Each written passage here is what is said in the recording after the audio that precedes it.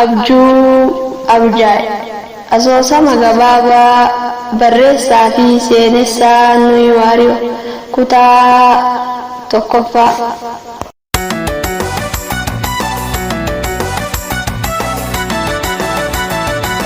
Ganda wadaa jedhamtu keessatti bara 1982 ganama guyyaan isaa wiixata ture.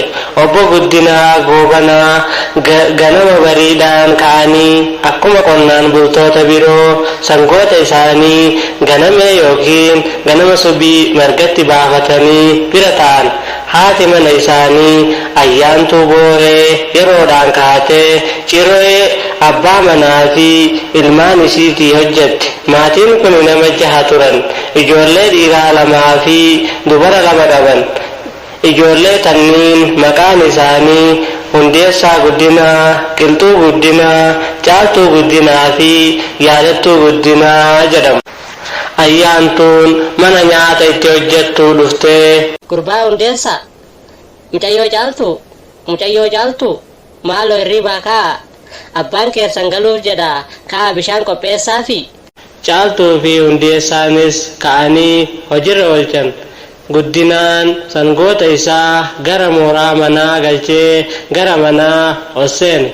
Caaltuun bishaan harkaa buustee fi Astaa abbaa koo jetteen.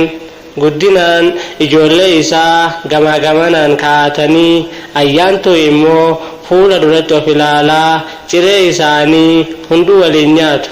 Jaalalli maatiin kunniin waliif qaban hedduu namatti tola.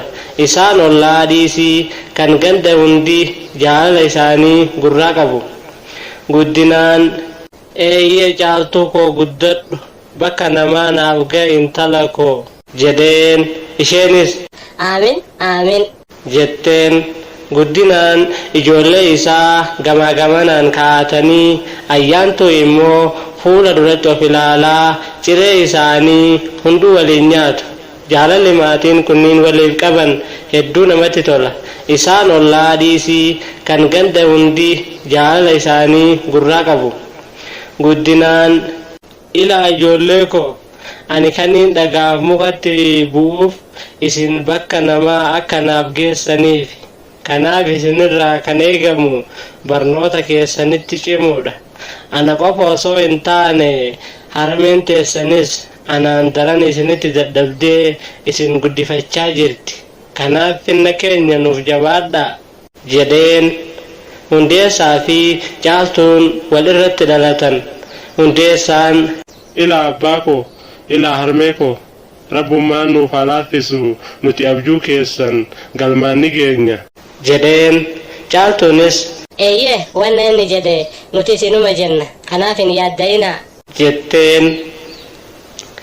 Abbaan isaanii eeyyee maarree anis gama hojiin deema, isinis gama barnoota keessanii deema, waaree booda walitti gallaa jedhanii biraa deeme. Ayyaantuun yeroo isaan deeman ijoollee hundumaa mataa dhungattee geeggeessiti.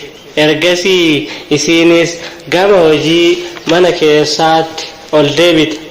Obbo Guddinaan abbaa fi haadha isaanii irraa rakkina dhaalanus rakkina kana ilmaan isaaniitti dabarsuu diddaa gannaa fi bona halkanii fi guyyaa dadhabe utuu hin jedhin hojiitti jira.